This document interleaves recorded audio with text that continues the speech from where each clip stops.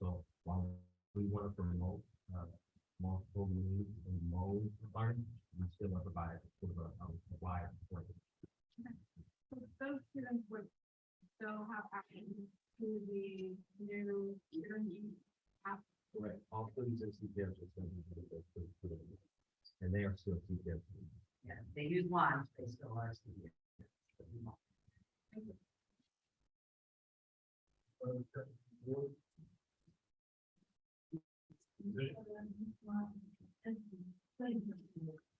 Yes, so that platform is with us. And so one of the things that from a feedback perspective that we got was using a virtual platform is good. However, many of our families wanted a lot more of the one-on-one, adult in front of them, and the launch platform allows for that to happen. So that is a synchronous, so it's not.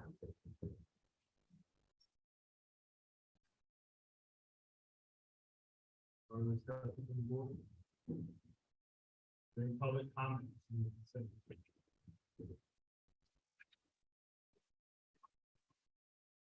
You can sign in the back of the room, podium, with the name, and address before you come forward to speak. Public comment is limited to 3 minutes. Countdown for the timer on the wall. Comment pertains to an action item that appears on the agenda. We ask you to please wait until that item comes up for discussion to make your comment. You'll be allowed to comment after the board discusses the item before the board votes. Comments related to disciplinary actions or other will be subject to the grievance process. Or comments are live recorded in person, business, or organization before our Yeah, April Corral. And I'm not sure, the bid is on the consent agenda and the project's on the action item, but I just wanted to say I'm really excited about your board audio visual system, and I believe we use ESSER funds for that. And I think it's just really fabulous, and it's going to give access to a lot of people, and you guys a lot more options to move about the room and allow people, yourselves and others to interact and be involved in the process. And I just wanted to tell you I was excited about it. Any further public comment?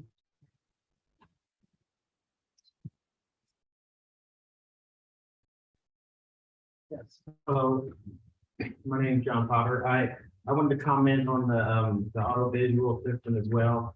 Being that we're gonna spend a lot of money to it, and at the same time, you guys are limiting access to the public. Maybe we can use that to live stream the work sessions and the committee meetings. I was at a committee meeting your last week committee meeting, and it was really hard to hear. I'm sure kind of like today because of the mics not being on. And I think there's a lot of people interested in viewing and hearing about it. So you limit access one way, can we open up access another? Thank you.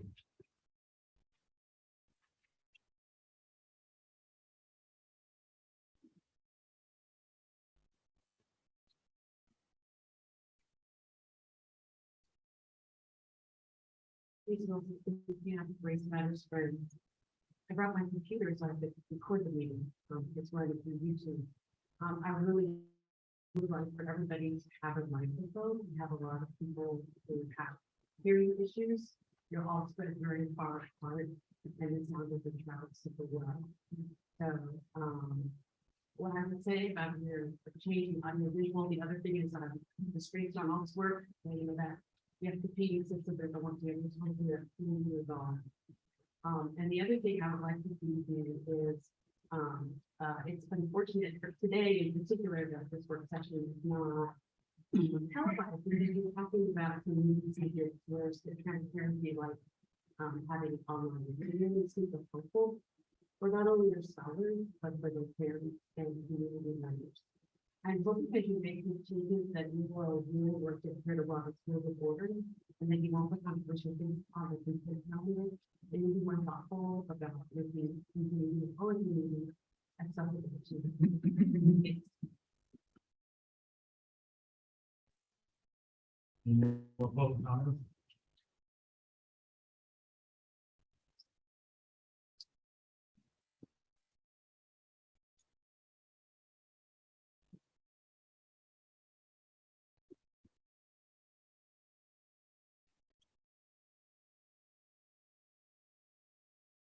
Good afternoon, my name is John Beckstrom, I live here in Columbia. I have two grandchildren in the Columbia Public School.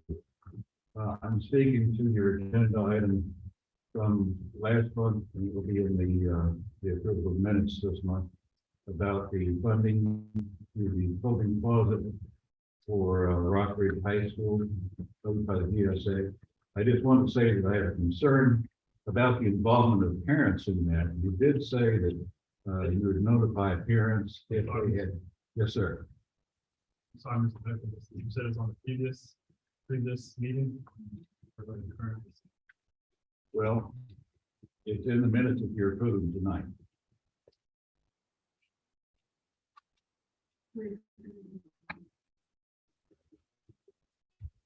July meeting. So this comment should only be on the public.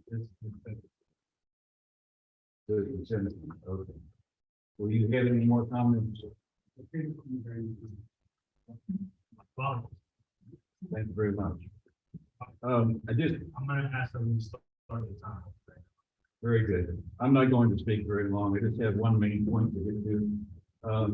My concern about this clothing closet is the involvement of the parents in there. I know that you said, and it did say in the document that was produced last month, that parents would be involved or would be notified if they had a child who was using this closet.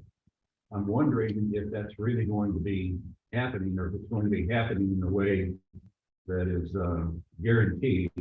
If a child goes in and uses the closet and asks, please don't tell my parents, I don't want them to know this, it'd be a big problem at home if you tell them. Is somebody actually still going to tell them then?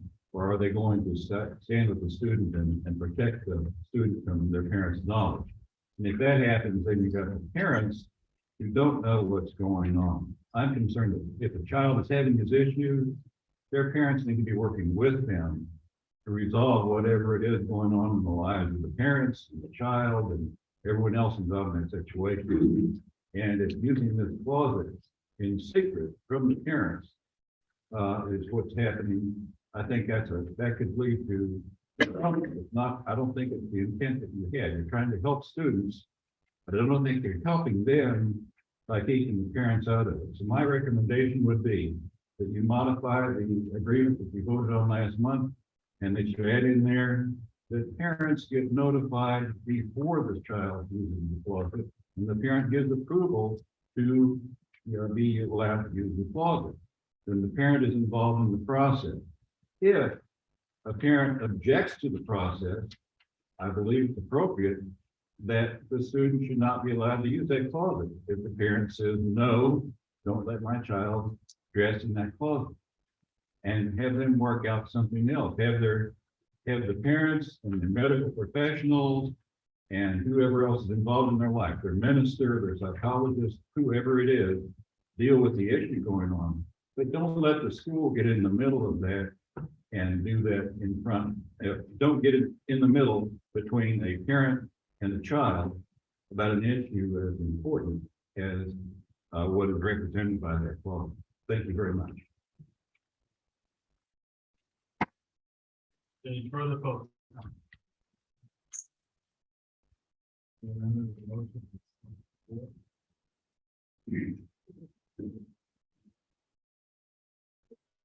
All those in favor say aye. Aye. Any opposed?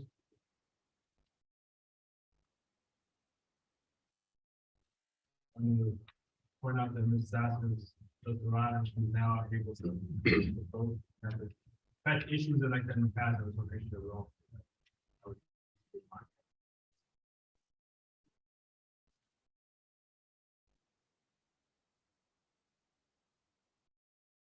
Want to move business, we have a consideration of the chapter 100 bond fund.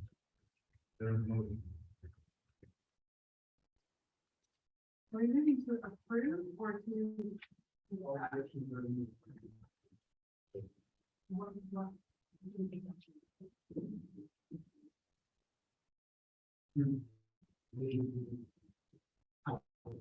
move to approve. Our representative to. I got it. Chapter 100 I move to authorize Chris Horn, the Board of Education appointee of the Chapter 100 committee to vote in favor of the Chapter 100 bond request presented by members of regional economic development. Board. Second. So we have the regional economic development incorporated, therefore ready.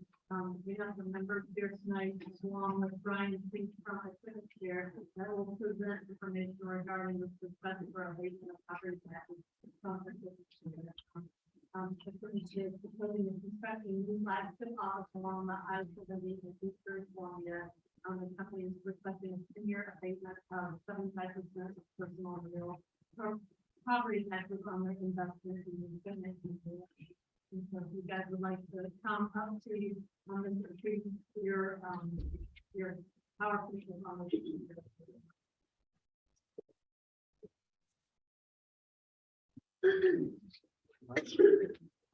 First of all, thank you for having us here tonight. On behalf of the Levy and Senate Subcommittee, appreciate the opportunity to discuss what we feel like is a very exciting.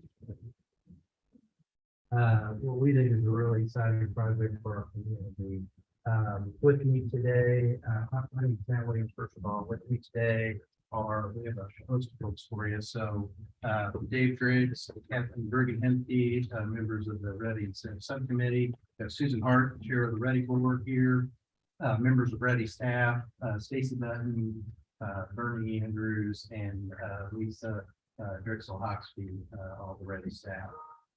The project for you today, as Heather mentioned, is the Chapter 100 application received from the equipment chair.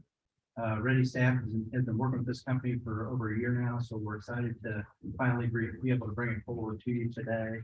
Representing equipment chair is Brian Traci, Vice President, Strategy and Development, Amy Suzanne, Director of Public Relations and Communications, and Meg Judy, Deputy Director of Public Relations. As you mentioned, we met last week with the CPS Finance Committee and presented the project. It's my understanding, and you just confirmed that they are recommending that you authorize Chris Horn to vote in favor of the project at the next tax and district review panel meeting. I'll briefly speak to the financial aspects of the project and the impacts to you, and then give Brian Traci an opportunity to talk on behalf of the company. First, want to note that the equipment share application is for 75% abatement. And that abatement is intended for companies that have an investment over $100 million with an average wage of the federal new jobs being at or above the county average wage, with at least 100 of those jobs paying at or above 110% of the county average wage. So that's the only way you can get this type of abatement is to get that level of investment. A letter from Boone County Commissioner Janet Thompson supports the 75% level of abatement, as was intended for any companies, new and existing, meeting those levels. So there's some confusion about whether an existing company is different than a new company. The answer is no. We don't want to give an incentive to a new company that we wouldn't give to an existing company. So just want to clarify that. Ready in the incentive subcommittee to prepare what we believe to be conservative estimates of the real and personal property taxes that will go to each of the taxing districts as a result of this project over the next 10 years. I believe your packets contain detailed spreadsheets with those numbers and notes and assumptions that go into how we calculate those numbers. Just in summary, the estimated new tax revenues to Columbia Public Schools over the next 10 years is estimated to be a total of $2,023,798. This includes an estimated $255,000 in personal property taxes, and an additional $1.76 million from real property taxes. At this time, I'll turn things over to Brian Traci to speak on behalf of the company. Brian.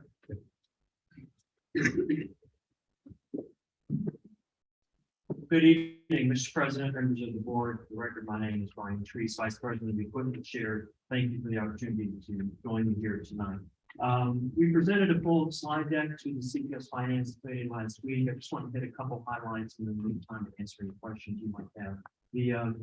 For those of you that may not know, Equipment Share was founded right here in Columbia in 2015 after a startup weekend. Since then, In the last 6-7 years, it has grown to be a peer-to-peer sharing platform with a nationwide equipment distribution network with a suite of technology products that is literally changing the future of technology. Since 2015, Equipment Share has grown from 5 founding members to over 3,500 employees across the country. We have over 120 offices now in 35 states. And each of our employees have an upward mobility track to improve their careers, family supporting career making jobs, which presents part of the challenge that we have right here in Boone County when it comes to workforce development. Equipment Share is rapidly expanding, and we are on track to add over 500 new branches over the next 5 years. For every new branch that we open, in fact, I'm going to Grand Junction, Colorado tomorrow to celebrate the grand opening of a new store there. We need 26 new employees on average. That's 13,000 new employees Equipment Share anticipates having in the next 5 years across the country as we continue to grow. You may say, well, that's across the country. What does that mean for here in Boone County? For every 5 new locations, the Equipment Share corporate office needs new fleet, new accounting, new finance, new credit score individuals, customer experience reps. In fact, if you look at the spreadsheet for the chart in front of you, for every additional 150 to 200 employees, we need 1 new HR employee. We need 1 new fleet for every 300 employees. We have millions of dollars worth of equipment on these branch lots. We need someone who can acquire that, license the title in the individual states, and then make sure it's there when that store opens. Same is true for our accounting and finance department, our customer service reps. For every 200 new employees across the country, we need a new employee here in Columbia or somewhere, along with business and with marketing and communications to provide that back office support for each of those branches. The problem is, as Equipment Share continues to grow nationwide, we're physically out of space, out of energy, out of electricity at our current location. If you're familiar with the current location, it's the old Ashley Furniture big box store. It was never intended to be a cubicle farm for over 400 employees, each with a lot of peripherals, monitors, computers, high-speed computers, et cetera, driving the growth of this company. I think there's also a concern by Equipment Share that perhaps we've maxed out the recruitment of highly sought-after individuals to locate here in Columbia for these types of jobs. And to be perfectly clear, other states have aggressive corporate recruitment and retention policies that our board is actively considering. We are actively considering a distributed workforce model with regional headquarters in each of those locations. You can see where we have greater density of employees. While we have over 600 employees in Missouri, we have close to 497 employees in the state of Texas. It makes sense to have a location there. We just acquired 7 Trekker Pace dealerships in Florida. It makes sense to locate HR, accounting, finance individuals in each of these states where we have a greater density of employees as we continue to grow. Well, look, the Schlacks and Equipment Share would like to grow these jobs here in Columbia and Boone County. That's why, with your support, our vision would be to develop a purpose-built destination high-tech campus right here in Boone County. That would include an Equipment Share flagship office building. It would have an Equipment Share technology and development center to develop robotics, research and development, those types of both software and hardware improvements that are going to change the future of construction, as well as smaller office buildings for related spin-off companies. We also want to have space for an incubator. We believe the culture and Equipment Share is going to inspire other startups and other entrepreneurs to take steps with their own startup company with the support, the structure, the resources, the mentoring, the venture capital it takes to start up and succeed here in Boone County, as well as plans for a future retail concept store that we have for Columbia. So we think that this solution is really going to help Equipment Share retain a significant portion of its workforce. HR anticipates that 15 to 20% of our current employees could leave because they've been promised more space, more help. We simply don't have room for them both inside or outside. With this technology development center, we anticipate hiring up to 100 in the first year. As soon as that facility could be built, 100 robotics, engineering, analytics jobs to augment our research and development team already. And then we want to have space for those hundreds of new employees that could come to Columbia to work in equipment share in each of those fields: HR, finance, credit, marketing, communications. Per the terms of the Chapter 100 policy, equipment share pays at or above the average Boone County wage. In fact, our average salary is over 140% above the average Boone County wage. I have, again, for the purposes of the policy, the average wage, which I can't really see from here, is around $49,000. The average equipment share salary is around 51. Starting salary is around 51,889. These are important numbers because it's what makes equipment share in this project eligible for the very Chapter 100 products that we've offered in the past and to other companies that are seeking to relocate here. Here's a breakdown of kind of the benefits and wages. And again, we anticipate hiring over 555 new employees over the next 5 years. For simple math, I've broken that out by each of the first year. Given the current trajectory, we think these numbers would continue. 35 finance, accounting, or credit individuals in the first year, 12 HR, recruiting, training, with compliance-related jobs, 9 information technology, IT jobs, software engineers, 11 customer service, sales support jobs, 4 legal, 8 marketing and communications. I will point out under the 20 robotics engineers and analytics jobs, if that technology development center is approved, we would have up to 100 of those robotics engineering analytics jobs at a salary that put us well over that 110% contemplated by the Chapter 100 policy in the first year of this, as well as admin, kitchen, executive assistant positions, and fleet jobs. And I go through that to emphasize that we want these jobs to be accessible for everybody. Across the country, we have great middle school and middle tech jobs that require more than a high school diploma, but maybe less than a 4-year college degree. CDL operators, diesel mechanic technicians, telematics installers. We want the same to be true for our corporate headquarters as well, to make sure that everybody has a chance, regardless of experience or qualifications, to apply and find a position that supports their family and makes their career here in Boone County. We also have benefits that support our employees. Another one of the factors of eligibility for that Chapter 100 policy, we pay health insurance benefits up to 100% for medical, dental, and vision, 401k, paid holidays, paid time off, and regular performance reviews that help our current employees access the next available position for them in their career life. We're also committed to hiring veterans. Back in 2020, the board and equipment share made it clear that 15% of our workforce will be veteran. And out of 3,500 employees, I'm proud to say that 357 are veterans. We have over 54 military interns right now with our partnership with the Department of Defense Skill Bridge. We have active duty military currently interning at equipment share, and once they are honorably discharged, will transition into a logistics process procedure type of position. We think those values fit our company very well, and we're excited to grow our workforce with that demographic. We're also committed to diversity. Here in a corporate office, approximately 12.4% of our workforce identifies as minority. That doesn't include 40 individuals who chose not to complete that ethnicity form. Nationwide, that number is closer to 25%.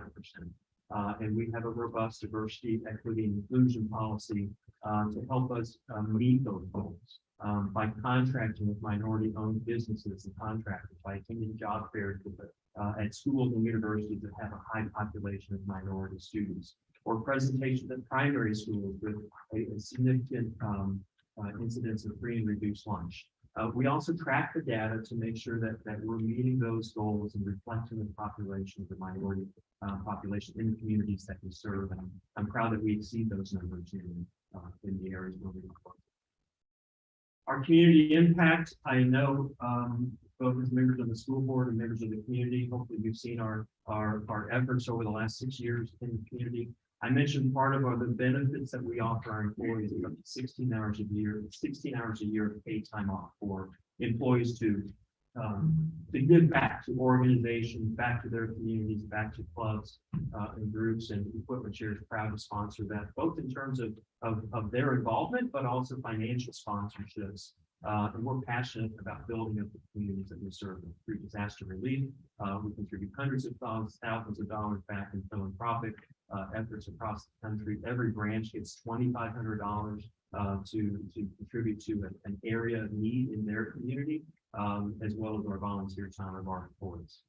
Big Brothers, Big Sisters, Boys and Girls Club, Columbia Public Schools, Columbia Center for Urban Agriculture, but this literally goes on and on and on. We have the Build a Bucket campaign at Thanksgiving, where we donate to the food bank. We Build a Bucket campaign going on right now for school supplies.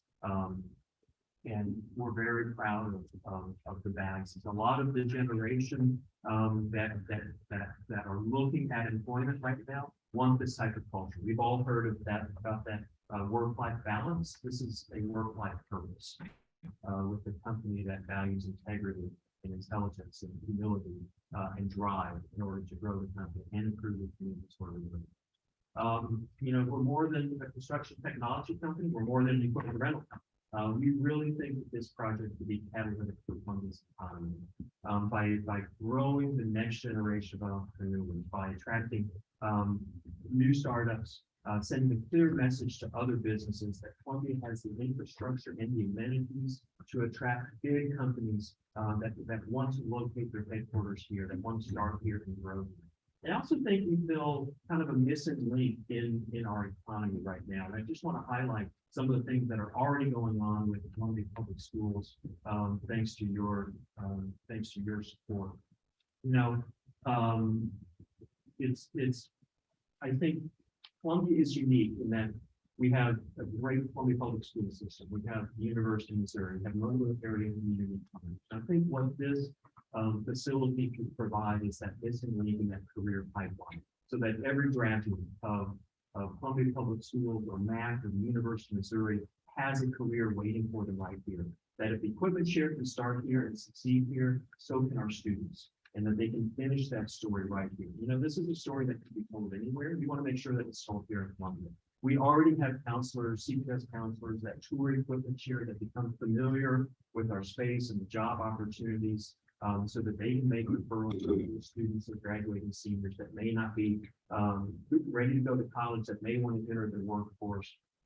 We have Career Center students on site. Back in May, we had 3 busloads of Career Center students out for a field trip. They got to hear from a multidisciplinary team of leaders and mentors, had lunch with an Equipment Share employee. I know at least one employee, one of your high school students earned a paid internship this summer, and I know several more that wanted one, but typically we only have internships for college students, of which this year we had over 43 paid internships available at Equipment Share. And if they weren't from Columbia, they got a housing stipend to live in Columbia for the summer to pursue a career in IT, robotics, and mechanics. And speaking of IT, robotics, and mechanics, last semester we had 3 Equipment Share employees that started a pilot project at 2 Mile Elementary School called Tech Tools to introduce 4th and 5th graders to IT jobs. And they had a year-end project. We hope that pilot project can continue to grow and advance and grow the number of opportunities. I think there's also opportunities for software engineering apprenticeships. There's a gap in our community, not just at Equipment Share. Companies can hire enough IT software engineers to work at that company. And I think a project like this is really going to jumpstart that investment for Columbia and grow jobs in our community. So I'm happy to take any questions. I want to be respectful of your time. So one, I just want to, I do actually, and I apologize, I think it's important to clarify that I think there was a typo and the finance committee did not actually vote to approve of like authorization, although I think many are voting for it. It was a really fabulous presentation. So I'm not like done, but I do think that we should be really clear about what happened at that meeting. I really appreciate, and I appreciate that the other presentation, the way you integrated ways that Columbia Public School students can be involved, and also the commitment that the company has to this location. I'm curious, if you can touch on, I know current day equipment share has, I believe, from the assessor itself, 7 properties. I'm curious, if the real property tax and stuff that's in your sheet includes those companies as well. I'm not as familiar with Chapter 100, so just trying to understand, do the properties and things that you already have, do those also end up in abatements, with the abatement, or they stay at the city level? That's probably a ready question, so I would answer that. The existing property zone would stay at the same level. What you have is only the new investment that would have been. So, And I guess my other question, which I know was asked, I believe, by another board member, and somewhat answered, is my understanding from what they said was, for the Chapter 100 application, companies were supposed to show some of like what those other offers were. And I'm wondering if we actually have any of that information. I am not trying to punish companies that's like been here. I support having all these extra jobs, but also thinking about, 75% vacant. The school district, we're going to be getting a lot of money, and we're also not doing any of our situations with that. And it's not, that you all are here, as a company that's here and invested in our community, and as you pointed out, really cares about our community.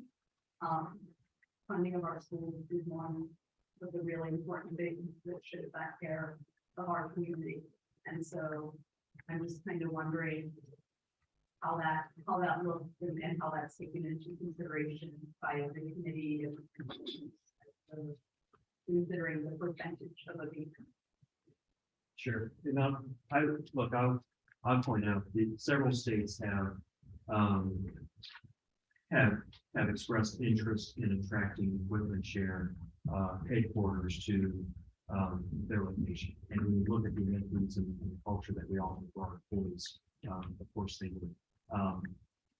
However, the board of equipment share has a ethical responsibility to our employees and fiduciary duty to our investors to examine those offers. There are a number of opportunities that exist. I mentioned Florida, Texas. The city of Austin has a robust economic development incentive package that would allow equipment share to keep. We take equipment share that would allow any company to keep up to 50% of the revenues, new tax revenues generates, both personal property, real property, and sales tax in their city limits. I wanted management of equipment share to come to a pause on that button, so we went through this process in the Chapter 100 process, because there's a robust scoring matrix that the city of Austin uses to reach that level of incentive. Many of those community impacts and social impacts that we would have to perform in Austin were already doing here, and we want to continue doing those things here. I would prefer that we really look at this project as if this was another step, moving these 400 employees and adding 500 more for a total of 900. Many of those what we needed to be competitive. And this is the company that was started here and succeeded here, and we want to stay. I really appreciate that. I do. That's all I have right now. I don't think I see you in the course, everything, finance committee presentation. Appreciate having that time to read on it. Take these things. I have a small technical question, which is maybe a ready question, but the application total possible expenses of 113.9 million, including 20 million for landscaping, parking, and green space, and then 14.87 million in contingency. So if the company qualifies for a 75% abatement because they're spending 100 million and they're just barely there, and that includes contingency, without the contingency would be actually under 100 million. Do they, if the investment in the end does not reach the 100 million mark, then does the does the abatement backtrack to 50%? So Suzanne, we didn't use in the spreadsheets, we didn't use that total dollar of investment in the abatement calculations. We just used the kind of the real estate part of that. The total investment though is real, so that is total investment in what they're doing. We only use the burning, remember how much is 50 or 60 million. We did not factor in the 20,000 or 20 million of parking, landscaping. We didn't factor in, obviously, contingency Right, into. just things that are part of the real property and the personal property that's being abated. Okay, I may just add one other point. So every chapter 100 does a performance agreement with Boone County that annually, well, the master agreement, they have to report annually to Boone County the jobs, the investment they have in place. If they do not meet those thresholds, there are built into the performance agreement penalties, clawback. So yes, it could drop down to 50%, or it could drop down to 25 or 0 if they do not perform. They, like I said, they will report annually to Boone County every year for 10 years. okay, that answers the question. I will say, in general, and, I think it's a great, plan. I think it seems to attract a lot of high quality jobs to Columbia, which is good for the city, which is good for all of us. I want to, ask another question, which Megan, great question, are the partnership opportunities between Equipment Share and CPS something that would be part of the formal agreement, or is that something that Equipment Share representatives and CPS representatives would be on, have to figure out later? And I'm asking because we're, if we're putting, roughly $6 million on the table, maybe we have a new partner in education. I want to be, so let me be clear, there are already relationships between Equipment Share and Columbia Public Schools. We want those conversations to continue. We want them to grow. If we want to reduce those to an MOU, we're certainly happy to look at that, because I think that's probably a mutual need with respect to the graduates that you're producing and the needs that we have. And if that includes a robotics curriculum or an enhanced robotics curriculum at the Career Center, or a standalone apprenticeship building that's a partnership between the Career Center and Equipment Share for the types of telematics and CDL that again, decent mechanics job, we already had a automotive technician pathway. And my understanding from Mr. Duchin, looking at walking through there 6 years ago, a lot of those graduates don't stay here in Columbia. If we can do something that creates that mechanism, I want to do that. I just don't want to make this transactional in any way for your support. And so I just want to, we want to grow that partnership. When I talk to several people at the office today, absolutely, we're an open door. We want students and administrators and teachers to come look at what opportunities exist so that we can grow those opportunities.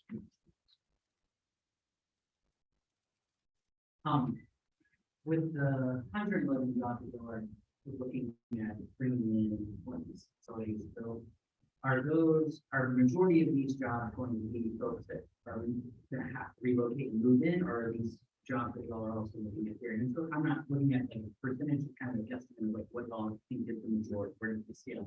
I don't know. I mean, at least it's 50-50. I think right now we get people from Boonville and Moberly and Fulton that drive here to work here. I can tell you that part of this is a function of space. Part of this is a function of competitive, highly sought after employees. They're working remotely in Kansas City, and Chicago, and Denver, and they fly here and work in this office once a month. I think my hope is with this type of high tech, what I call a destination campus, you're going to get people that want to move here. I want to be careful not to encourage migration from one employer to another to Equipment Share. I think that's probably all settled out right now. And as the economy grows and contracts in certain sectors, you see people moving from one company to another. And we will probably lose people too at some point, for other, well-paying careers. So I don't know what that percentage is. My guess is it's probably similar to the trajectory of the last 5 years, but we're a young company still and still attracting employees, nationwide and hopefully here. I appreciate that you're gonna get, you're hitting on things that I'm asking you next. The reason why I asked that question is for us to think about it, that we go off that guesstimate of 50% of people who are moving in, let's say 50% of that 50%, we're looking at around 25 to 30 families that might have 2 kids, that's around 60 kids that we would be taking in potentially, right, here in the district. So that's just something for us to think about as we're looking at building new buildings, where our capacities are at, where housing being built. That's just something that we have to account for. That's nothing about y'all, but I asked was kind of going on to that. What you hit on that I wanted to ask next, there is some concerns that were brought up by community members to me of just as we're talking about employment shifts, things of that nature. And I do think when you look at it from sitting in the board member's position and just choosing to have the hat on and be super selfish about the district, right? Not think about anybody else's concerns. How much is it going to cost us if there are employees who do need us to go work for a share when it comes to comparison to the abatement and things of that nature? And that's also a question for you. I think it's just something for us to think about as a board of just where that goes. I think even with that concern,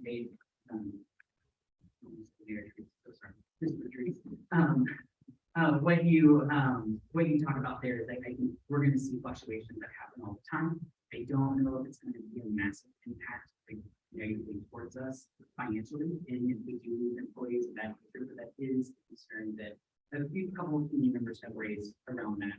There's just some folks who have, and I think part of it is just recently the national trend that we're seeing. That leaders struggle with.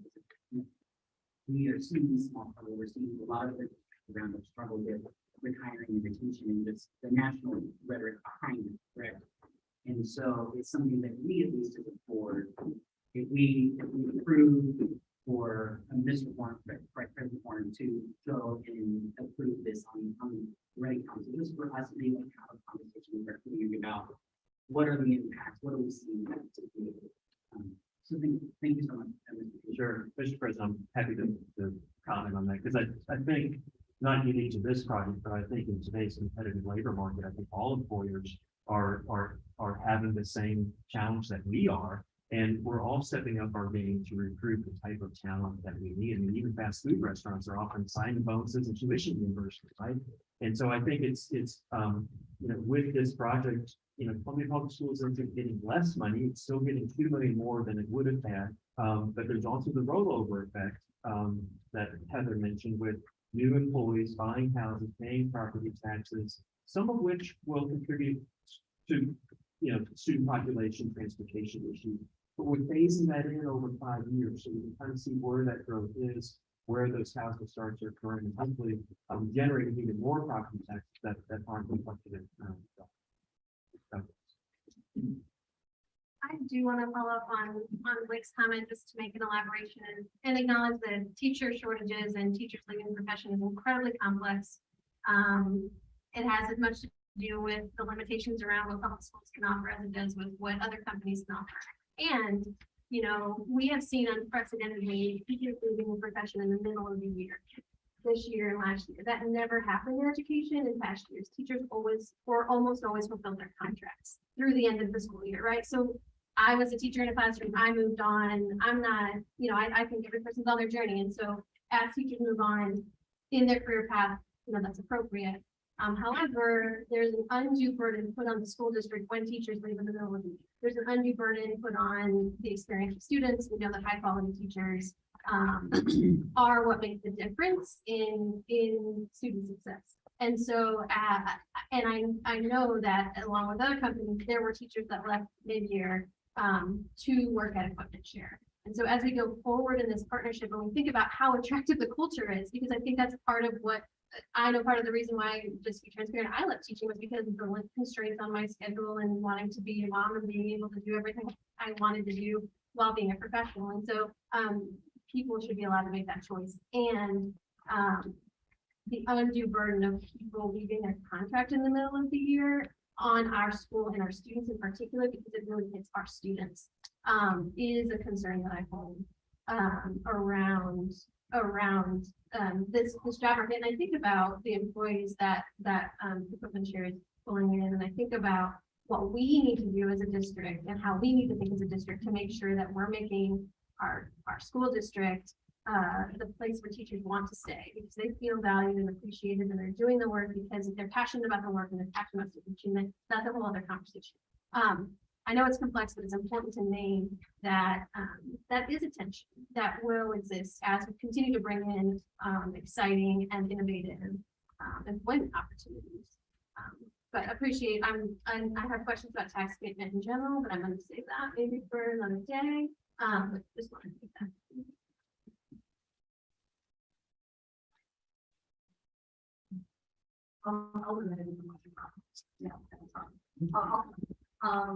I'm curious because I know we're talking about property and I understand there was some growth for the company, both cultural-wise and financially and everything else. And so curious, I mean, I understand that equipment share and also through the affiliated, right, Premier Industrial Properties owns now about 20 acres.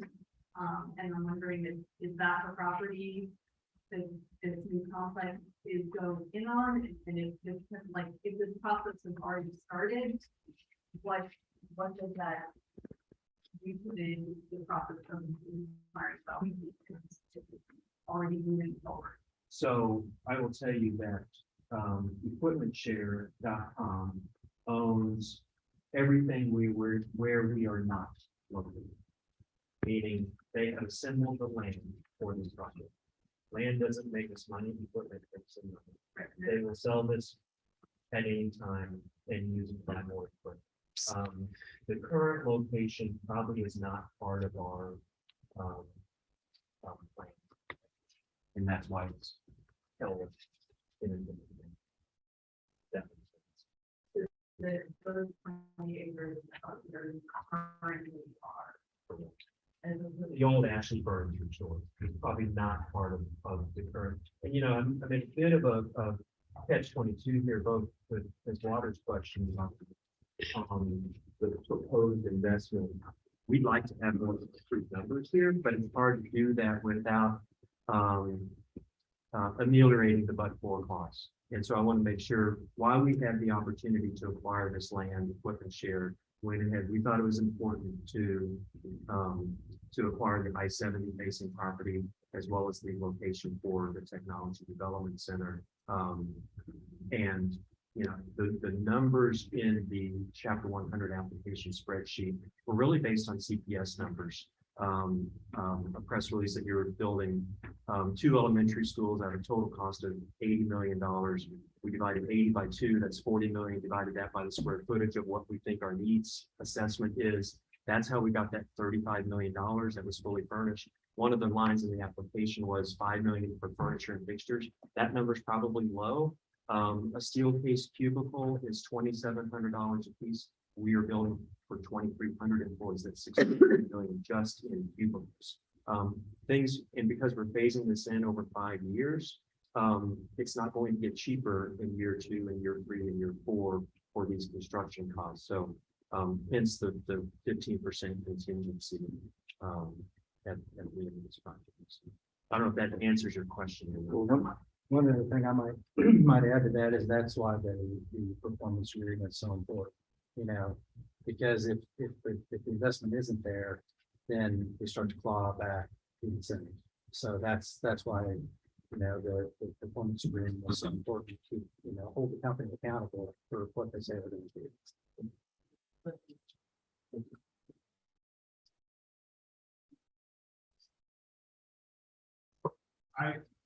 I appreciate this piece ready. Having said this the first time. To think about some more of these really engaging questions from our previous year. I think they're raising really topics and that you guys can go through. I think it is really great competition, but I think that's okay.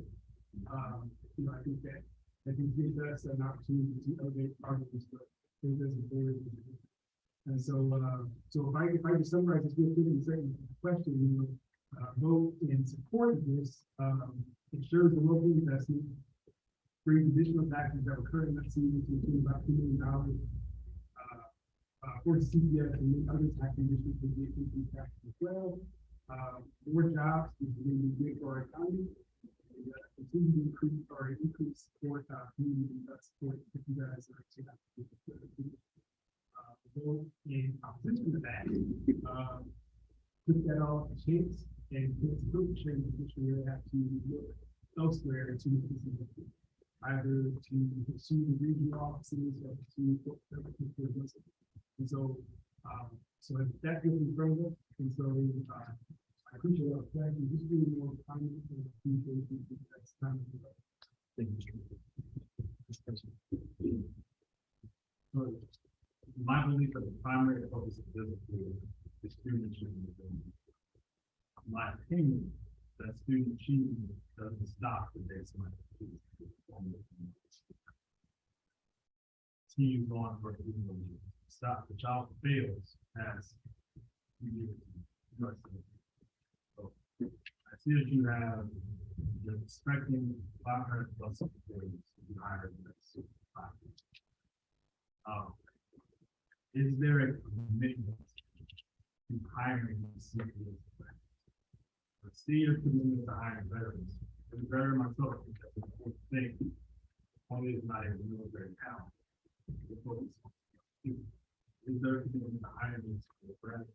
Is there a commitment to hire families that are integrated to the board? I think I'll have to take that back, but certainly those have been components of previous Chapter 100 agreements that we can look at. I want to be careful. Yes, there's a commitment to have an interest in hiring CPS grads, but that's a two-way street. Those grads have to want to work there. We can't force them to come to work. We are growing so rapidly right now. We will look at all interested candidates, and I want to make sure that commitment is expressed somehow. I'm more excited about what we can do to grow the entire ecosystem, though. And for Mr. Horn, who's now heard this for the third time, I referenced Greenville, South Carolina, population 70,000 people, but because of Clemson University and the automotive industry, now have the first elementary school of engineering magnet school. Where starting at kindergarten, kids are building hovercraft, and by the time they leave 5th grade, they're racing cars down the hallway. Those are the types of improvements to curriculum and curriculum specific focus for the next generation of jobs. And let's face it, it's that generation that wants that work-life balance, that wants something different. And I think the enthusiasm that we can generate for STEM-related careers has to start that early. And I think this type of project will be ready for those grads if we're doing both of these investments at the same time. Almost 500 jobs. Almost 500 jobs. How many are we expecting to be cited?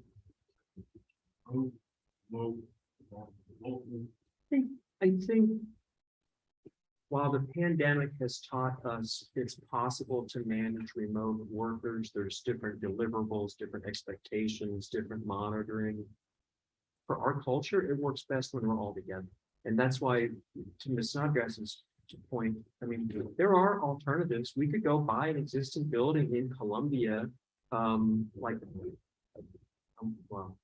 but then we have 100 people over here, and we have 100 people in this building, and 400 people at this building, and they're missing out on that interactivity and multidisciplinary teams that I think have contributed to corporate share success.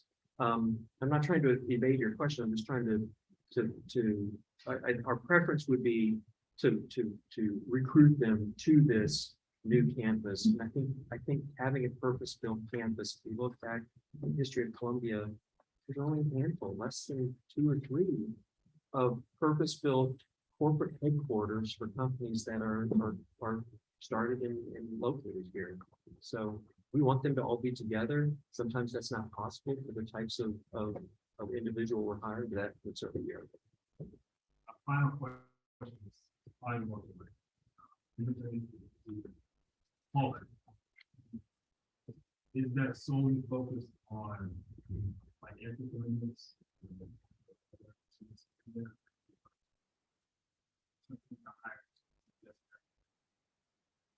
Or we did not see that.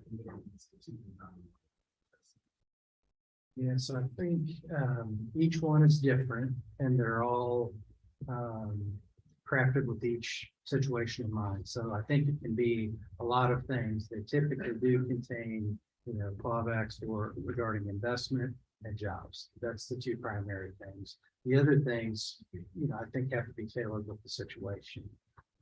And we've seen that in different agreements. So I think to answer your question, all that is on the table in the performance agreement he's talking about. There are times you have, so I mean, like that's, if we were to go through this, as what point would that agreement say stuff? Instead, talking about. Yeah, the agreements aren't started until after we don't start the agreement until it's approved. So after the Boone County Commission would approve the project, that's when the performance agreement drafting starts. CJ Dykehouse, the attorney for the county, is the one who drafts that. So, Do the tax agency have to do the I'm sure that CJ would welcome, discussion with any of the taxing entities about that. To the extent that's happened in the past, I can't say just because I haven't been a part of it, but I think he would always welcome input.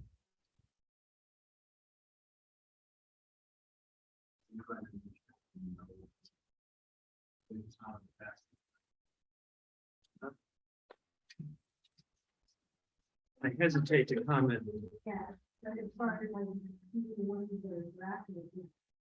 I hesitate to comment on previous experience in this form. However, the Aurora Organic Dairy Performance Agreement contemplated minority participation goals out of a certain segment of the city of Columbia that was incorporated into the agreement, and the city got to see that language before it's executed. And I would certainly make that commitment to you that we explore this conversation, see how we express that in a way that's fair for everybody, given the labor market that we have, given that it's still an individual's choice of whether to work there. But look, we're already recruiting students. We want people to come to work here. That's not a far reach for me. And if to me, it's just a function of how we word that in a way that's achievable, but yet aspirational. One more question is for academic administration as a relatively young board. Just what kind of the ministry generally of CBS tax abatement, chapter 100 bond projects, like my general to this and take it. So what companies or ones that I don't be specific, but like we've done this before, yes, and generally we've approved, yes. So like you said, like the organic dairy, Aurora Organic Dairy, the outdoor brands, look up after 100. And basically there's another we have like Craft was one of for a long time. So it's like the most recent one last year. There, I can answer, your question was how many have been approved? Sure. Okay, there's been a total of 6 projects since the policy was put in place in 2005. So the first was ABC Labs, the 10-year abatement. It was successful and it's now paying full real and personal property taxes, and it's now called Eurofins. Craft was 2015, so they're finishing up. They're in there. They've got next year and the following year left on abatement, and they are performing and meeting all of their job and investment requirements. After that was Dana Light Axle. They've well exceeded all their job requirements and both in jobs and pay. And they have also, I think, they have 2 years left on their abatement on equipment only. Aurora is performing and doing quite well. American Outdoor Brands is also performing, and Swift prepared foods, they're building a plant. They will not actually start abatement until the plant goes operational and those assets are transferred to the county. So those are the 6 that are approved. Northwest Medical Isotopes was approved. However, that project never occurred. They weren't able to get funded and it just did not happen. So there's So this is referring to chapter 1, as we talked about, tax, set the tax rate, like tip properties, those are like, they don't have, like, these ones, that's only have a 10-year period, and then after that, you would get the full amount of the real property tax rate. But also, this is something that we're not getting anything right now. So if they were to go build somewhere else and we're not going to get anything. But even with the partial abatement, we're still going to get $2 million that we do not currently have over the next 10 years.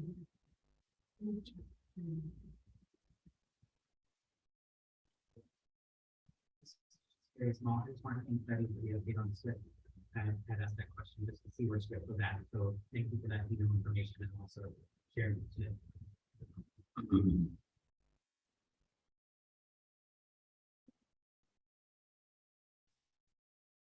Appreciate it. Thank you. Appreciate it.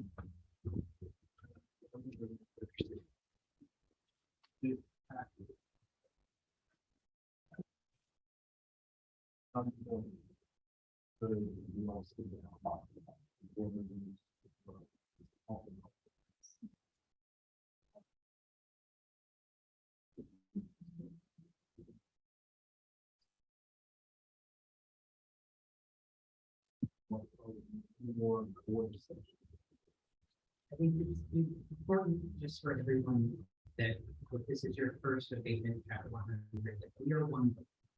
Mr.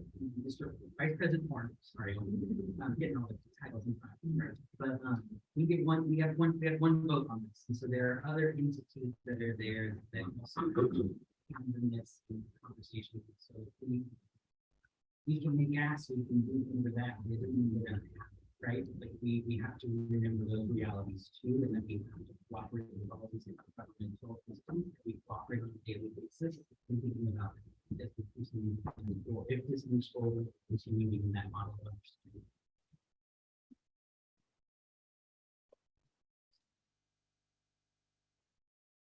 Public comment on this.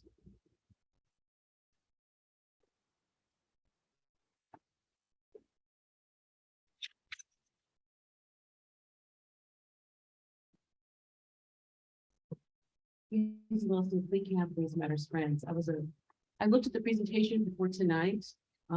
Interesting. Out of college, I went to work in the tech business when tech was a baby. I worked with hardware, software, microsystems, maybe PCs, all that. Very competitive industry. It's grown tremendously, constant change. Things are very different right now. We don't have affordable housing. We have poor public transportation. We have woefully inadequate infrastructure. Those are things to take into consideration. My daughter has a job that she has worked remote. She only wants to work remote. She got a whole cadre of millennial friends. They only want to work remote. They don't want to work remote. And they're getting those jobs and they're getting paid really well. So I think it's important to have a think space to think about the infrastructure that we have in our community. We have some businesses already that are concerned because their employees can't get to work because our public transportation is ineffectual. I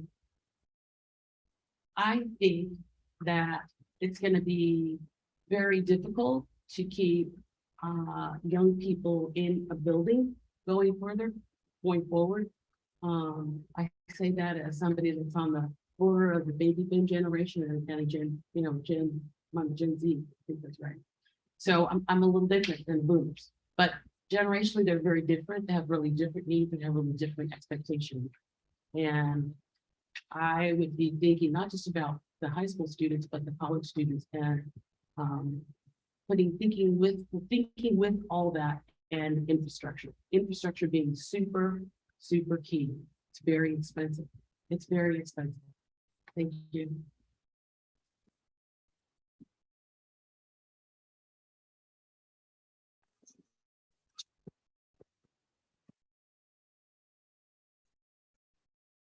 Before I start, I just say that it's really, really hard to hear you back here.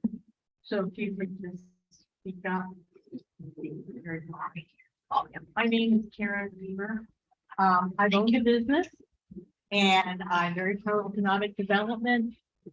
But I have to say this because I think we all have to understand it and accept it. If I were in your position, I would vote yes on this, but when I hear a company wants a tax abatement and the average salary is $72,000 a year, and I think about the average salary of our teachers, which is decidedly not $72,000 a year, and I think about the number of children in the school system who need extra help, who could profit if we could hire more teachers to help them regain what they lost during COVID. And I heard the presentation last week, and there were comments, and part of the presentation was that these new employees will expect upgraded amenities in their workplace. And I'm thinking about teachers' lounge. I'm thinking about the teachers fighting for a 30-minute lunch. And somehow it just makes me feel a little uncomfortable. Because the bottom line, and I think we as a community, as a whole community, have to come to grips with this, that the tax abatement is borne by our two most important resources in the school system, and that's our teachers and our children.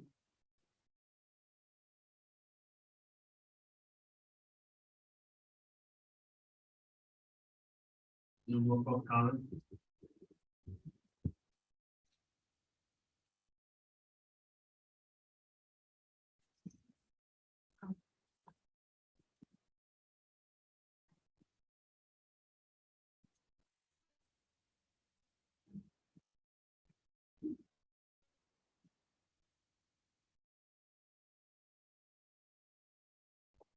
Good evening. My name is Erica Buford.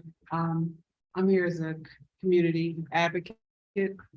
A couple of the questions that I have was during the presentation, I wanted to know in regards to, it was saying that we needed more staff to cover like the HR for the people across the country. So I just wanted to know just how many HR people are there for the staff across the country now? And then what makes the difference in this robotic that we have now and the STEM that's going on now? Because we do have STEM. There's some really robust STEM that's going on, like MU does a lot of with the students programming now that we have. And I am familiar with Equipment Share, so I do know that they do have their telematics. And then I wanted to know what is the commitment to, or would there be some kind of commitment to, Chris had asked, and I'm sorry, maybe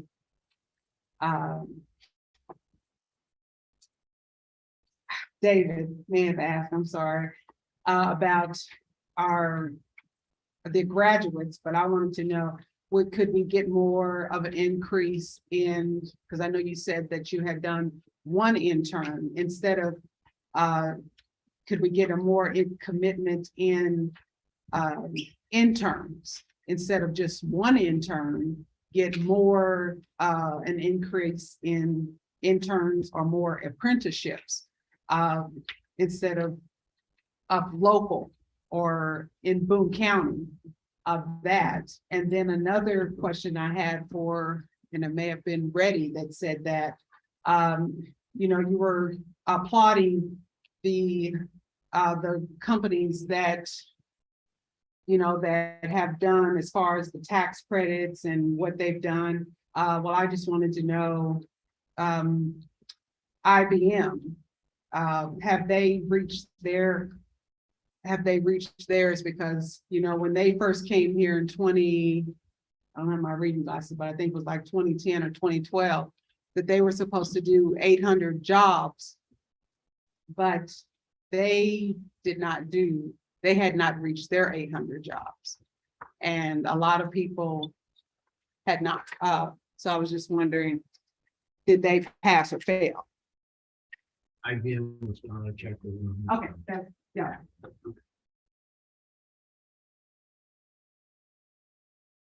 Any more public comment? Seeing none. the motion, second. Yes. Right. Yeah. Not that. I appreciate everything that's been offered, and I also will just point that I have no concerns about abatement in general, and the fact that we will be losing out on $6 million over the 10 years, that I think to benefit our schools, and I give it to the statement. Doctor? Yes. Mr. Horn? Yes. Mr. Dean? Yes.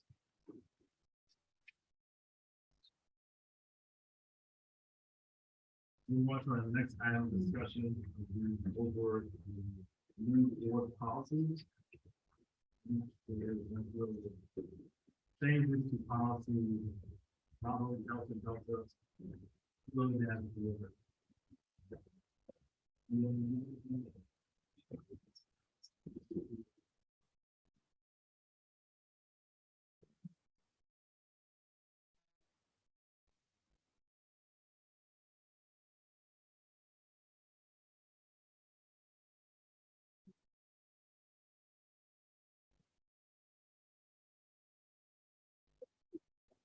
President, we made, but the policy committee, this was reviewed. Discussion, recommendation.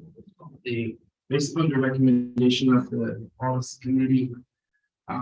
This policy is regard to public engagement at board meetings, and basically it talks about of course us continuing to welcome community engagement and support with the school district.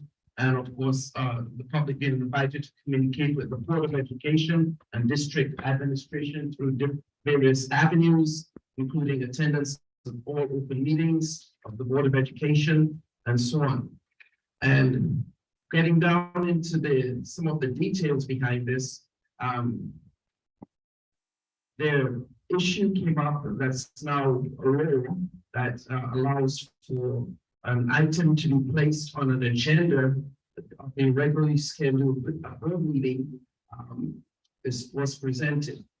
And there are certain stipulations that go along with this, and I'm not going to read it word for word, but it says the resident must meet with the superintendent or designee in an attempt to resolve the issue prior to submitting a written request for the issue to be placed on the regular board agenda meeting. And to schedule the meeting, the resident must submit a written request to the office of the superintendent. Thereafter, the superintendent or designee shall meet with the resident within 20 business days following the receipt of the written request. Now, whether that meeting resolves everything or not, the resident may choose to move forward with putting it on the agenda after that 20 days and after that meeting has occurred. And there's a rule that goes along with it. It says, if the board secretary receives the written request less than 5 business days before the next the agenda item must be received, at least 5 business days prior to the next regularly scheduled meeting of the Board of Education. So 20 days, superintendent, and then 5 days prior to the board meeting, they must submit that to the board secretary to be placed on the agenda.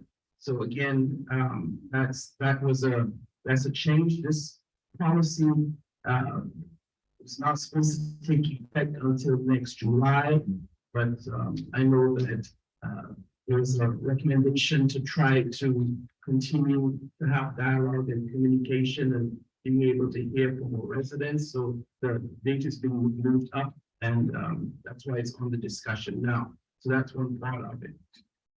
Then the other one talks about the Board of Education shall designate and set aside a specific period of time for public comments at each regularly scheduled meeting of the Board of Education. In response to a concern identified during public comment will be facilitated by district administration, and the following guidelines will be applied. And the recommendation, and again, I'm not going through everything, but the parts of it are: members of the public may comment on items listed on the board's regularly meeting agenda during the designated public comment period established by the Board of Education. And then members of the public who wish to comment on an agenda item shall pre-register through the process identified by the school district and shall be limited to speaking on the agenda topics specified through pre-registration. A total of 30 minutes will be allotted for individuals to speak during the public comment period of a regularly scheduled board meeting. And those are actually 30 talking minutes, not transition minutes. And the other part here, each person desiring to be heard should, when recognized by the president, step to the podium, speak into the microphone, state his or her name before commenting. No speaker substitutions will be allowed, and individuals who pre-register may speak or may opt to forward the opportunity. In order to facilitate broader engagement, any individual who provides public comment at 2 consecutive meetings shall not be permitted to provide public comment at the next one regularly scheduled meeting. And then this, of course, being in order to allow for wider and more public comments from various residents. So that's the synopsis of that new policy.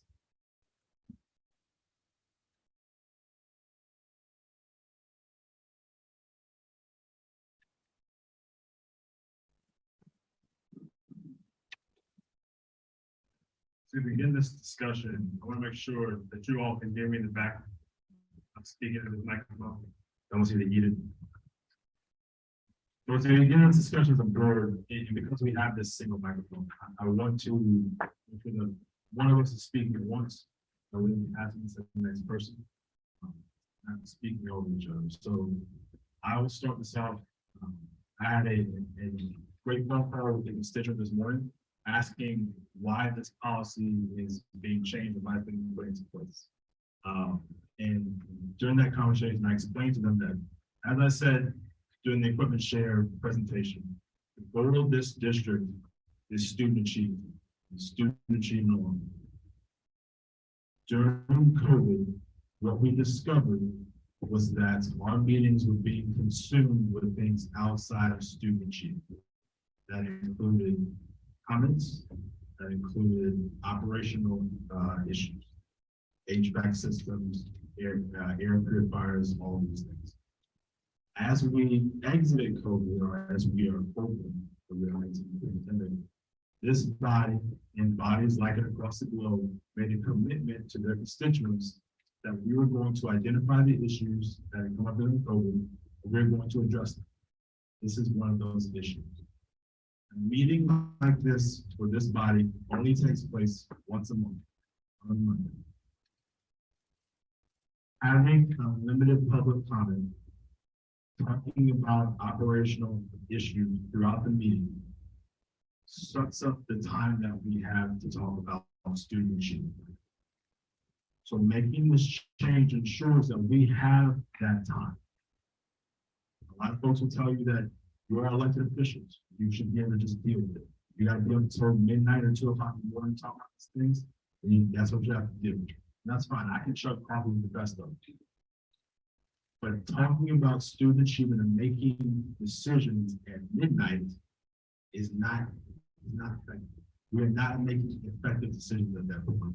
And at that point, to be honest, we're making comfort-based decisions on our own.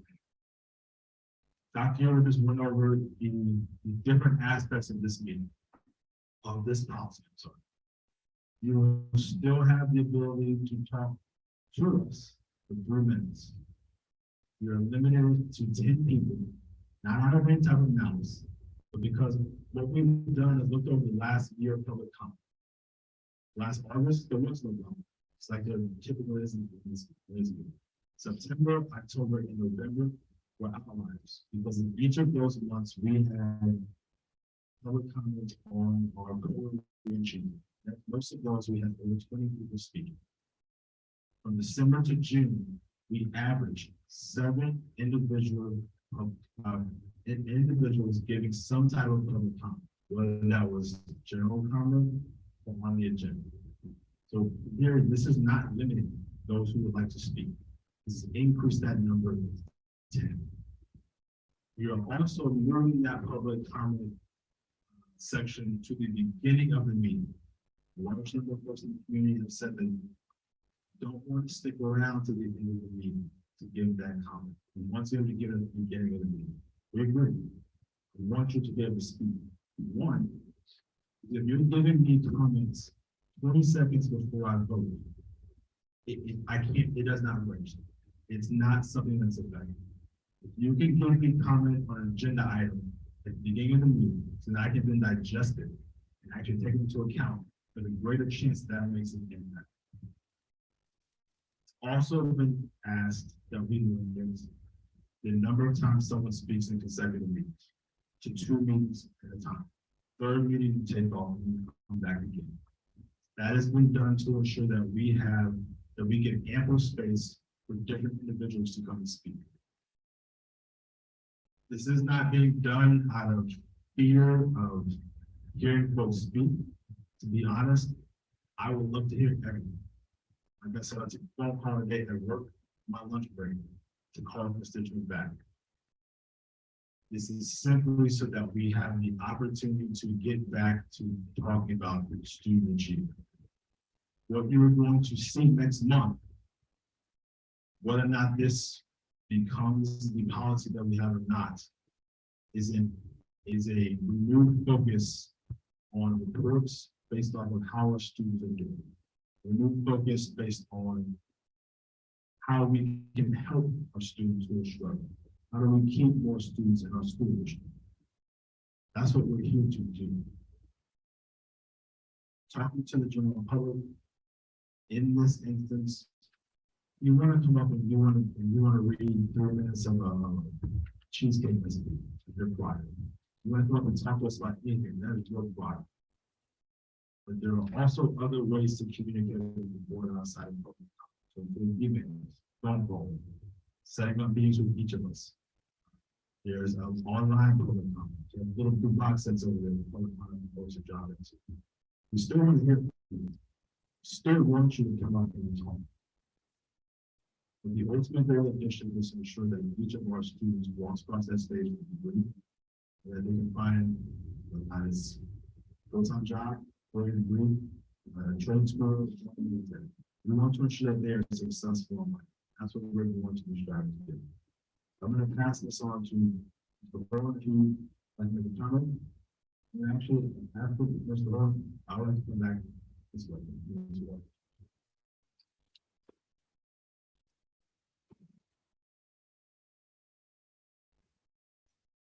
Thank you. I was going to some of the feedback that we received with regard to this. I want to see that as I'm going to opportunity to speak. But I'm not going to echo too much what you said, but I will build on what you said. The purpose of this is to find more meaningful ways to engage with the community.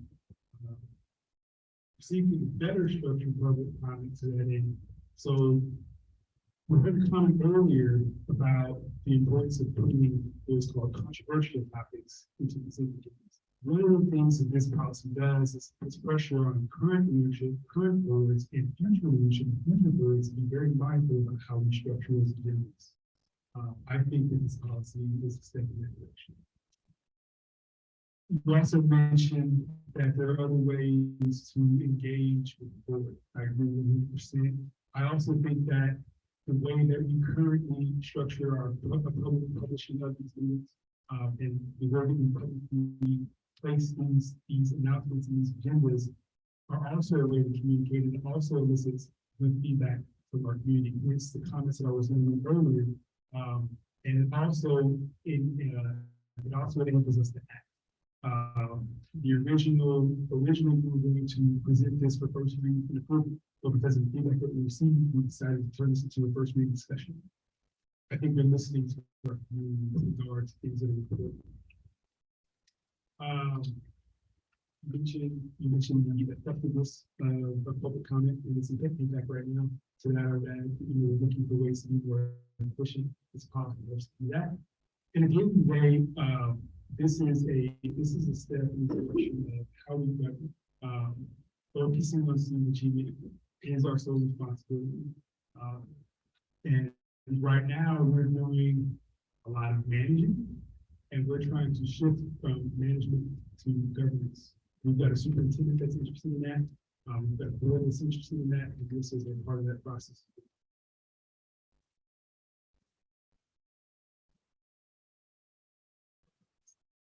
I'm gonna attempt to keep my thoughts organized. I have a lot of thoughts about this. I will say I do not disagree with the intent of the policy change. I also want to focus all of our efforts on student achievement, because that is in fact why we're here. That's why all of us are here. That's why I ran for school board. And I feel very passionately about that. But I do want to say that along with that, we are elected by the public to represent them, and we do bear a responsibility to hear what they have to say. We're not required to have public comment of any kind in our meetings, but I think it would be a mistake to get rid of it all. I think if we're going to remove a way that the public has interacted with us in the past, it would be nice to replace it with something. I held public office hours yesterday and 5 people showed up, which is kind of a lot, I thought. I mean, I was planning on like no one, so I felt like a lot. That was very, it was very enjoyable for me. I felt like I heard a lot of input on a very many number of topics. I would encourage other board members to do something similar. The semantics of how this happens can be handled in a lot of ways. The technicalities of how we get this done. My foremost concern with this whole discussion is the process, not the action, but the process, because it was brought up in a policy meeting that was not broadcast, where there was no public comment. We are discussing it tonight in a meeting that is not being broadcast, despite more than one board member asking for it to be broadcast, in a meeting with no public comment on this issue. We could have public comment on this issue. Our current policy says there may be public comment on items that the board has up for discussion, but we're choosing not to do that. And that concerns me, because it doesn't matter how good the intent of the policy is, or what good intentions we as board members have. And I do believe we are all here for the right reason. And I have respect for all of my fellow board members. If we let the bad optics of the way we're going about it get in the way of the good intention, what people are going to remember is the optics. And so I think it matters how we do it. And I think we are not we are going to alienate the public and erode confidence in our work with the public if even if it appears we're operating in the dark, even if we don't think we're operating in the dark, if the public thinks we're operating in the dark, we might as well be doing that. So I would encourage us to have continued discussion on this topic at a meeting where there is going to be public comment on this topic, and a meeting that is broadcast so that people can participate, can watch at home, so that we as board members can go back and review what's been recorded. That's what I have to say about the process.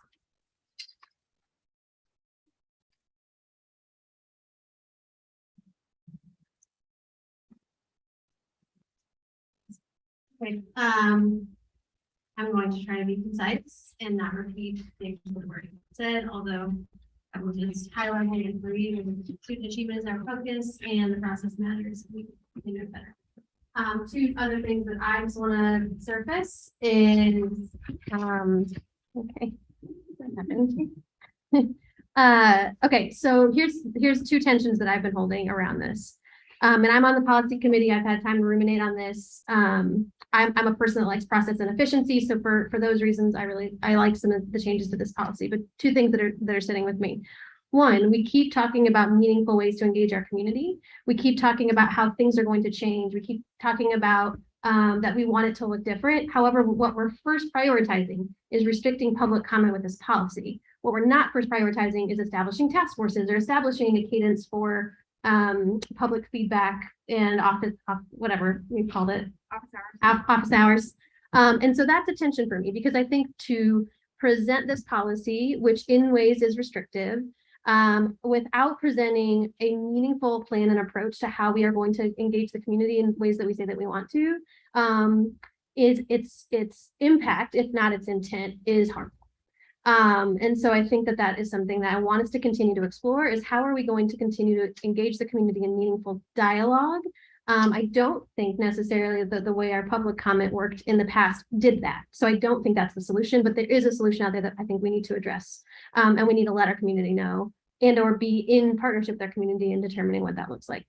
The second thing is just there are some items in the policy that feel restrictive in regards to access. And so there's parts of the policy I want to just name that I've been thinking on. Pre-register feels unnecessarily restrictive. So requiring people to pre-register, I have a hard enough time getting to meetings on time, let alone thinking ahead of time to pre-register for something that might be important to me. So as we look at this policy and we look at the language, and we understand that there are going to be procedures that are created based on this language that we as a board won't determine, but that our administration will be directed to determine, we really need to think about the language we're using. Is that language appropriately reflecting the level of access that we are providing in our policy? And I think that might be further conversation for the policy committee, but I did want to just name that as we're looking at. I agree with David with the allotment of time feels consistent with actually more time than what people have taken in the last year. So that doesn't feel unnecessarily restrictive to me, but other items I think like the pre-registration do. I think that way. I think to Blake. Unless Devin, yes. No. Okay.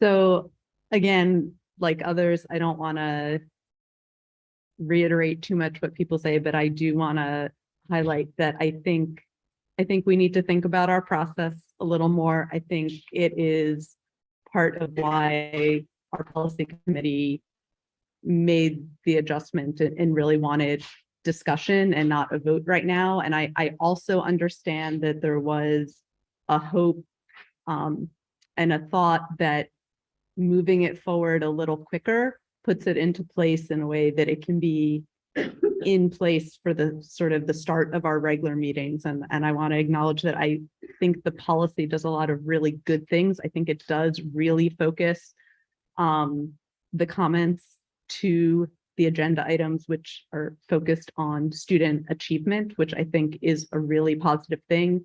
I also really appreciate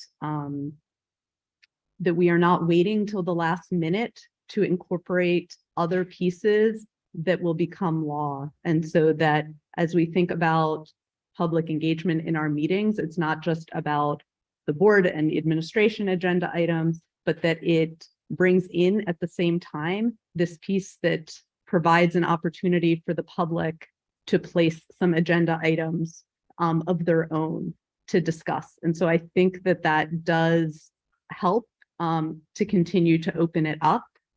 And I echo a little bit the concerns that Kat had about, I would really love to see us presented in conjunction with some additional ways that we are intending to do different types of community engagement.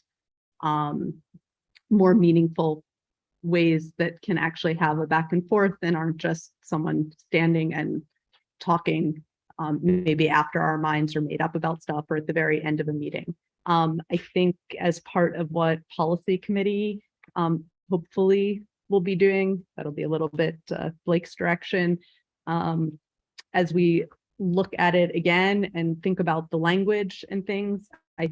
I share a concern about sort of how we craft the language to make sure that the administration is really well guided and also can create procedures that reflect what we want.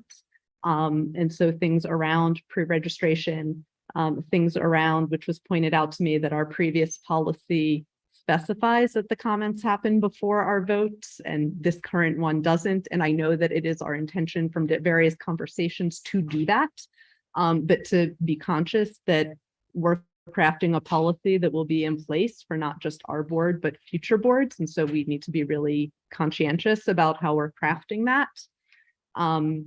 Clarifying, you know, someone's speaking once, but can they speak on multiple items during that time period, which my understanding from talking to various board members is that everyone, that was the intent, that someone could do that. And I think the wording is maybe not as clear as we thought it was in the policy. And if that's not the intent, I think, again, that's something, you know, this gives more time for the board to have additional discussions, for policy committee to have those discussions, for all of us to have those discussions with the public, because I do think it's a really important policy. I think it's going to help us focus in on that student achievement and find ways for more meaningful engagement with the public. And it still allows for those times for the public to get additional items on the agenda. And I want the process to hopefully on this set maybe some precedent for how we are reviewing our policies.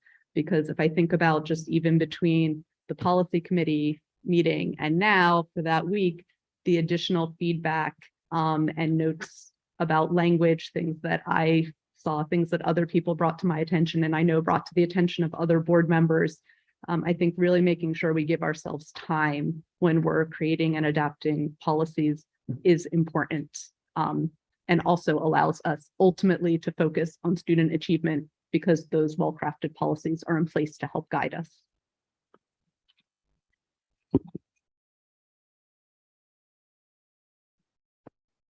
President Seaman, as policy chair, the one question I have just from my perspective that I would like to something, whether it's here or into conversation and policy committee from board members and for the board members that are on the committee or board members here that aren't on the committee, is one of the things that I wanted to ask about this policy is when we go into the public comment space and we go into item 1 in the listing, it reads, members of the public may comment on items listed on the board's regular meeting agenda during the designated public comment period established by the Board of Education.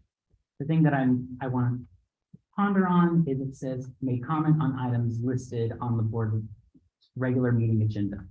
So that's any item. It doesn't mean it has to be an action item. It can be a discussion item. It could be a presentation that someone could give comment on. It could be us giving an award to someone and they comment on. So I do think that's something that we need to discuss if the intent is action items, we need to clearly state that. Because how this reads currently is that any item that's on the agenda. And so if it's on the agenda, it can be commented on. And there are positives and negatives on all sides of everything that we discussed. And so it's just something that we need to ponder. And as policy chair, I would like some guidance on that, because I think that is a core piece of this policy that roots out to other conversations. Like if we don't have an answer to that one, a lot of the rabbit hole conversations that can happen might not need to happen if we could have an answer there. Beyond that, I did want to just kind of highlight on a couple things. I like comparing school districts, if you didn't realize that. I did that when we talked about some salaries around folks. I do that a lot when we talked about looking at some COVID things back in the past. So I looked and I did a broad capture and looked at all the policies around public comment at board meetings for our school districts in Boone County. And I pulled in and I looked at Jefferson City, because a lot of times people compare us with Jefferson City sometimes. So of those 9 school districts, 1 doesn't even have public comment allowed at board meetings. So I'm going to take that out of my analysis of talking about stuff. Of the rest, those school districts are Centralia, Hallsville, Harrisburg, North Callaway, New Franklin, Southern Boone County, Sturgeon, and then Jefferson City. As I said, I added them in there. Now there's a couple of those school districts that you might go, they're in Boone County. They have a tiny little sliver. If you go to the clerk's office and looks at the new district maps and see that. So I counted them because I didn't want to be told you didn't bring these folks into the count. So of those 8 that do allow public comment, all of them have individual speaker time limits, whether it's specified of 3 or it says the board will designate. And all of them have specifically stated, or it is mentioned in some form or fashion, that it is one appearance. And our policy currently is different. This proposed policy kind of falls in line with it. Of those 8, 4 of them limit the conversation that is shared in public comment on agenda items only. And then 4 of them have specified whether it's a specific time or they state the board will designate and state it a specific large time period limit. So in similar ways as we have in this policy, as it states after conversations in policy committee with some changes saying 30 minutes will be allotted. Some board policies read like from Southern Boone, the board will establish a uniform time limit for each speaker. Not that one, sorry. The board will establish a time limit for the public comment period. So like it's not specified how long in their policy, but it states it. So I think that's important to think about, because before in 2020 and 2021, and so before re-election, during my re-election, I was told constantly we need to be like other school districts. We need to follow certain things that they're doing. We need to look at them as examples, because members of our community were saying that these are examples that they like. So when thinking about it from that perspective, okay, so if our members of our community are seeing something that these boards are doing that's beneficial, is this an avenue for us to look at as a way to find some similarities and try things out? And I think another piece of that comes out to the fact too, this board is quite new in the sense of those that are elected here, right? I'm currently, of those that are sitting here since Ms. Wade is not here, I'm the only one in their second term. And so we're a fairly brand new board, and this is an opportunity for us to try something new, to try some different things, to see if it can help benefit our district. And I think that's one thing also, President Seaman, that you hit on in the exchange that you shared briefly around with the community member, but I also think the emails that we've received, I think my perception has been that it seems that there is a sense of malintent in having this conversation around this policy changes. And I don't think there is a lot of malintent here on this one. At least for me, I'm not looking at that. And the one thing I wanted to kind of talk about here too is what are some of the positive intents that could be coming out of this, and really trying something different and new. And I think what you hit on, President Seaman, what others have hit on, is this kind of going into this renewed focus of student achievement and a focus on where students are at. And it's great that we want to do that. We have to do it. I think that's the thing to also share. We have been needing to do it. We're going to be demanded to do it going forward, because M6 is setting new standards for measurements on how we get graded and how as a district we get our accreditation. And some of those metrics follow around And this is achievement broken down in 3 different ways. So that's important to know: growth, progress, and so it's academic achievement, sorry, academic growth, academic progress, and academic achievement. So 3 different ways that academics is supposed to be analyzed through the data, but also analyzed at how the board discusses and how the board is measuring it and having those conversations. And so that's deeply important. And so if this is a way for us to be able to allot more time to that, be here digging into those conversations, that's a positive intent space. That's a space of where we can see some positive growth for our students and allowing this board to get into what we need to be. The other thing is MSIP 6 requires us to analyze, we're going to be judged and analyzed, and we have to document how we're talking about our new CSIP, how we're measuring our goals in our CSIP, how are we evaluating our progress in those areas. And we need to dedicate time towards that as well. And so as President Seaman, as you have shared, as others have shared this evening on the board, that this is also a space to give us that time to have those conversations, be able to do all of that. And all those things are towards the benefit of the student, right? DESE and educators across the state have created these standards over the last couple of years to benefit students. And these are the new standards going forward. And we're one of the lump of 50% districts starting this off that are going to have these new standards on it. And then the next year, the other 50% in the state will. And so this is really important for us to be able to achieve what we need to achieve, and making sure that we're focusing in on what we're being measured on, but also focusing on what our community is saying they want us to be focusing on, and focusing in on what I think we as a board collectively want to focus on, which are those items of student achievement. How are they doing? How are we helping them? And what are the ways that we can continue to help them and help the administration help our students?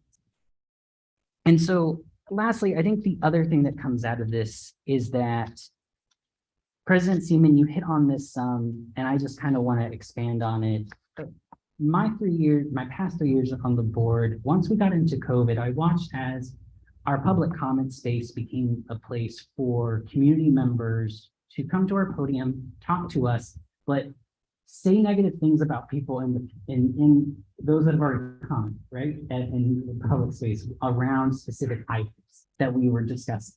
And when that happened at one meeting, it was really bad, of just kind of back and forth of folks coming up, they're giving their thoughts, but they're also kind of hearkening back to what other people have said. I don't think that's not benefiting our students going back, our community going back and forth at each other in our public comments.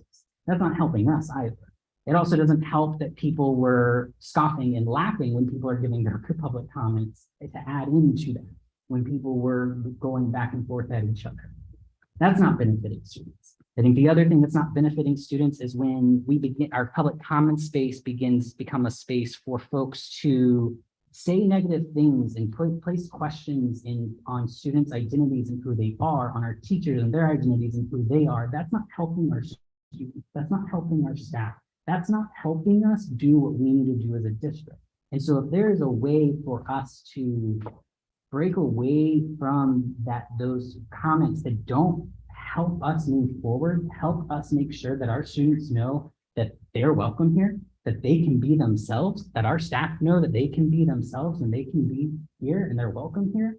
I think that's a positive intent space of looking at how do we move forward to make this district the best place for our students, the best place for our staff, and the best place for our community, so that we can all work towards that achievement of our students and how they are growing and how they are excelling, so that when they graduate and they walk across that stage and get their diploma, they're well prepared in the things they want to be well prepared in, to be active, participating adults in our society.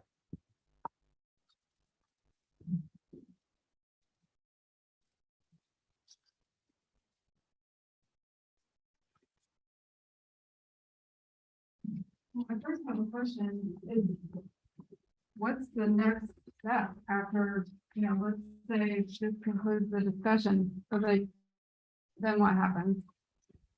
So this policy, we're discussing now, this policy will then go back to the policy committee. They will make any adjustments they feel correct. Should then come back to the full board in September for the meeting.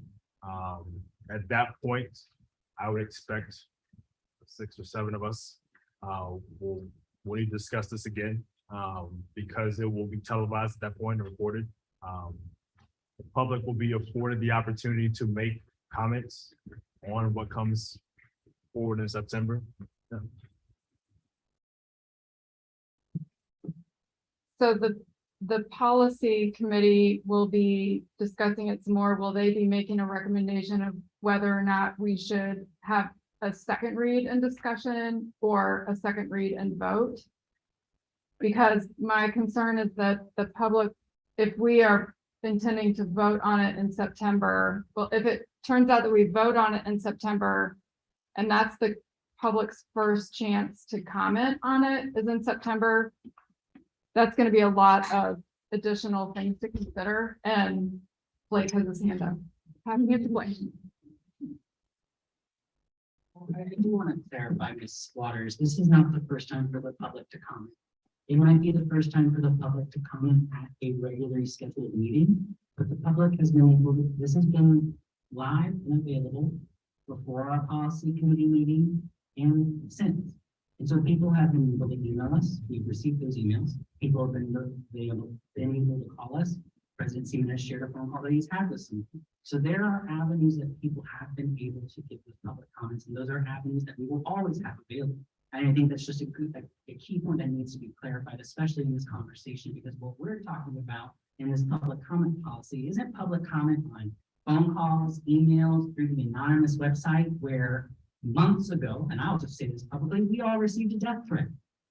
And so I think it's really important. All those avenues are still there. What we're talking about, and this avenue is still there too, we're talking about just augmenting the avenue of commenting at a regularly scheduled board.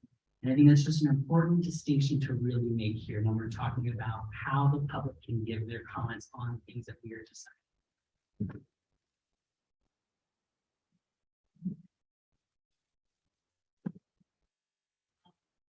I would echo that there's obviously a lot of different ways the public can give comments, and also note that as someone on policy committee, I do think that there is a commitment from many of us on the committee to looking at the bigger process, and like I shared earlier, really taking feedback in.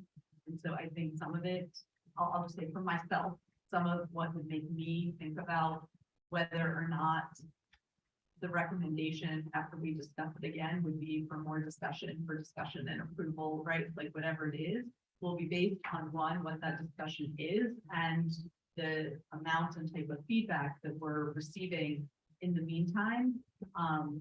In the sense that I want to make sure that people are really aware of what's happening, and have those opportunities to share that feedback.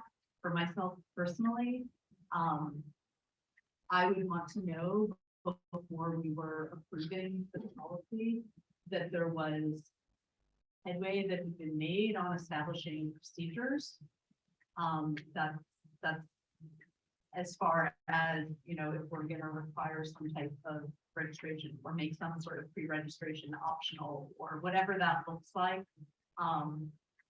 If there's something else that people have, you know, I would hope to see that we're continuing some of those discussions like you brought up about other ways that we can engage the community, and start to know that there is headway being made on some of those things. I'm speaking just for myself, like what I'm looking for as someone considering it from the policy committee, and as just a board member, like, would the recommendation be for, you know, the new version or whatever adjustments are made?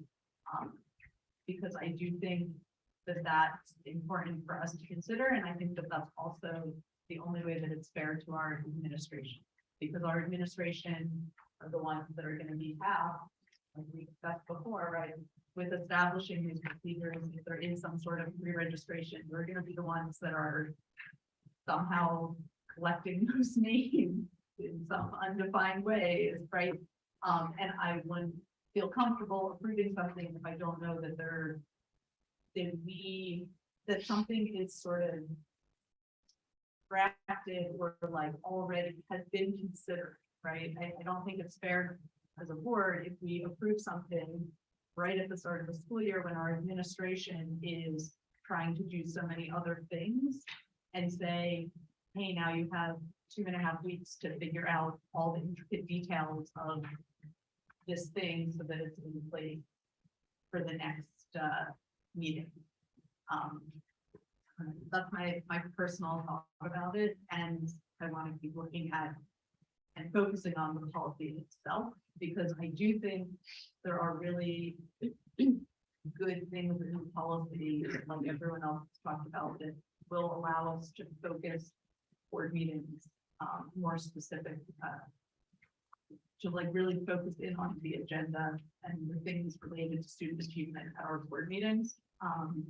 And I think that's important, and we need to make sure we have enough discussion and also not prolong the discussion just for the sake of prolonging. And that's the tension that I feel, and but also a balance, and I understand that that amount of time might look different for different people. I want to also acknowledge that. Small bit. Okay, so I want to suggest a couple of possible tweaks. I'm not super comfortable with the pre-registration process because number one, it's not delineated at all. It says whatever the administration figures out, and Jean's right, they have a lot to do. And I'm worried, you know, obviously it would have to be online. We can't force people to drive here and sign up on a piece of paper the day of the meeting. So I think there's some accessibility issues. Some things maybe someone doesn't read the agenda until right before the meeting and they have something they want to say. So I'm proposing an idea of a possible like hybrid sign up process where maybe 3 of the 10 comments you can pre-register for, and then the other 7 remain open for people that attend the meeting. Maybe Jean's shaking her head, maybe this came up. Okay. Wasn't shaking your head. Oh, Like, something of that nature, so that not all 10 spots can be gobbled up in the first however many minutes of online pre-registration. And then I would like to see the wording in that number 1 at least remain on items listed on the agenda, not necessarily action items, but just any agenda item. I would, you know, frankly prefer, I'm struggling with this because I can see the merits of having all comments be only agenda specific things. Our current policy says that they have to be related to school business somehow. So you can't, you know, sadly, we cannot get cheesecake recipes. But I do think there should be some space for somebody to come and make a comment that is off agenda, that is still very much school related. And I say that because my first in-person comment at a school board ever was last November. And I came to read a letter on behalf of the Hickman PTSA in support of our teachers. That was not an agenda item. It didn't have anything to do with anything that was on the agenda. I didn't know what was on the agenda. I didn't care what was on the agenda. I was coming to speak at a board meeting because I wanted to make a public statement on behalf of many other people in public in front of the whole board. So under this scenario, I would not have been able to do that. I want to be careful that we're not crafting policy to include specific instances of people that, or to exclude specific experiences that we've had. So I appreciate the things that have been said. I expect there will be some more discussion. I appreciate all the community input that we've gotten. We've gotten a lot of emails and a lot of phone calls and text messages about this. I hope that continues. I know that all counts as public comment, but I do think it is important to have whoever wants to say something to all of us at the same time and be able to have that chance when it's about a public engagement policy.